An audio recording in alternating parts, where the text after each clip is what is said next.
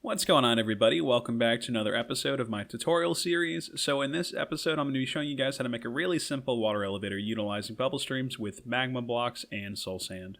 So this first design actually here is probably one of the most practical. It's intended if you have only two floors and the floors are stacked directly on top of each other. So actually over here on the first floor, we have a button. Go ahead and press it. It'll actually automatically extend a piece of soul sand into the bubble stream, which will push us up. And at the top floor, we have another button, which will go ahead and actually at the bottom place a piece of magma block there, which will go ahead and actually pull us down. Now, this design is really simple. All it has actually in the back is going to be two regular pistons, a single piece of soul sand, a single piece of magma block, and essentially the two button pulses just go ahead and actually extend each corresponding piston. So the button on the first floor will actually just go and activate this regular piston right here, which will actually push the soul sand block into the center underneath the bubble stream.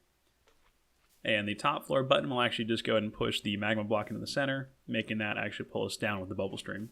Of course, make sure you go ahead and actually have signs so that the water does not spill out. And make sure that your ceiling is actually flush with the room so that it's easy to walk out of. So the second design here is actually very similar to the first, and the reason being is that it still utilizes only two floors. However, instead of the floors being stacked directly on top of each other, I actually had them staggered. And the reason being, I did not necessarily want to go ahead and actually have to turn around inside the elevator. So this is if you just want to continue walking in a straight line. And it works in either direction, as always. It might take a second for it to go and change direction, but there we go. And these two designs are really simple, really great. But what happens when you want to go and stop at more than two separate floors? Well, the answer is you get this mess right here, which is something I'm going to try to explain to you guys, and I'm sure I overcomplicated it, but it kind of functions, and kind of functioning is good enough for me for a tutorial, so that's the kind of quality you guys can expect on this channel. So essentially here on the first floor, let's go and press the button, let's get into the bubble stream. It'll go ahead and actually allow us to get to the second floor. There's actually a glass block that gets extended to go and stop us from going all the way to the top. At the second floor, we can actually make a choice here. We can either go up to the third floor here, or we can go down to the first again. So let's go down to the first to prove that it works, which it does.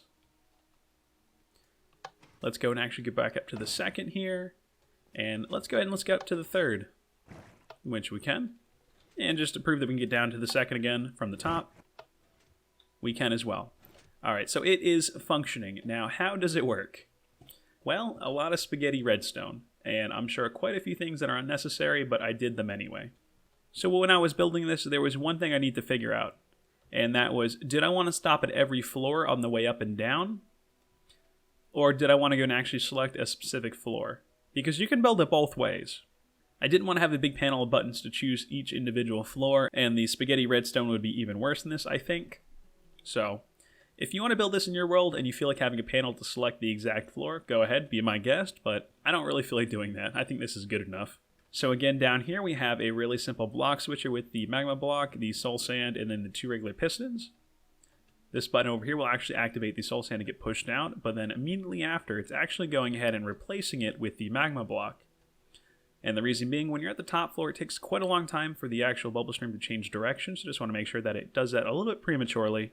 And kind of for the same reason, at the second floor, I have a second block switcher here. So this actual whole elevator has two separate block switchers. But instead of it being in a linear path, it's actually in a little bit of an elbow here. So there's the magma block, there's the soul sand. And if you actually look the back of here with these two comparators, these are actually pulse extenders, which will actually allow the block we're extending to stay out for a longer period of time to give us enough time to get to the top or the bottom, depending on where we're going. I actually have another one of those pulse extenders on the glass block being extended when we're stopping at the second floor from the bottom. And essentially the rest of the redstone is just going connecting to the two separate pistons at the bottom. There's actually a couple of clauses in there where we reset the magma block depending on which direction we're going. But other than that, it's really not too bad. Alright, so to begin, go and actually get a piece of soul sand, a piece of magma blocks, and your two regular pistons. Now, I will actually leave a 1 block gap right here, but over here I'm actually going to make it flush with the soul sand. And this is the part where over here we're seeing there's actually going to be a 3 block linear line. And the dead center block is actually going to go ahead and be where the bubble stream is. So make sure this is an empty block right there.